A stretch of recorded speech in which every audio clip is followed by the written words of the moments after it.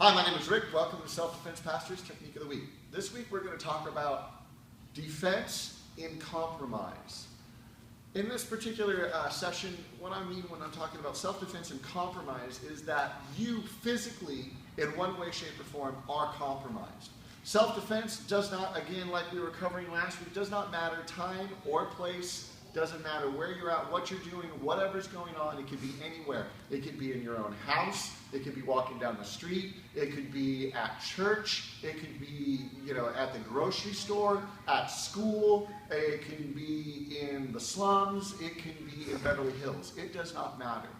Well, it also doesn't matter your physical condition. Just because you may be a superstar MMA fighter or a Brazilian Jiu-Jitsu black belt or, a highest level Muay Thai fighter, if you get injured or if you get sick and you're in the middle of a self-defense situation, you have to deal with the fact that your body is compromised. So for me, particularly right now, I have a strain in my leg that is really going to compromise me in a lot of different ways. My kicks, I can't really deliver. If I go to the ground, that's going to be incredibly painful. So I have to think about what am I going to be able to do to defend myself against an opponent in a street or some type of self-defense situation, knowing that I am physically compromised. Be it a leg strain, be it an arm broken, be it a horrible flu, and you're literally walking to the doctor's office.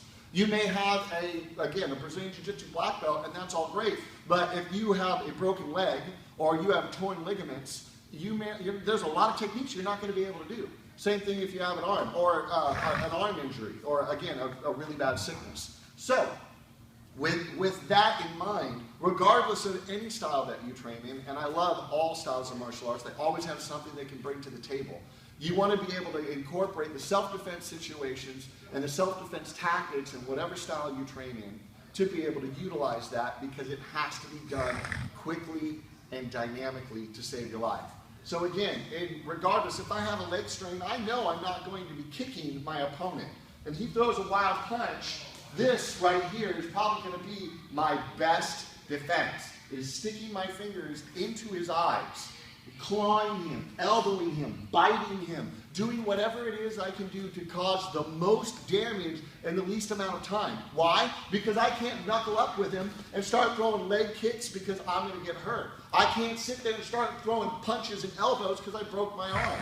Or maybe I've broken my ribs. Or maybe I'm so sick I can barely breathe. Or I don't have the physical dexterity to be able to continue against my opponent. So things that you have to be able to concern yourself with, think about, and know, so that when you are compromised physically and still required to defend yourself on the street, that you have the mind and the ability to be able to do that. Again, my name is Rick, Self-Defense Pastor. This is Self-Defense Pastor's Technique of the Week.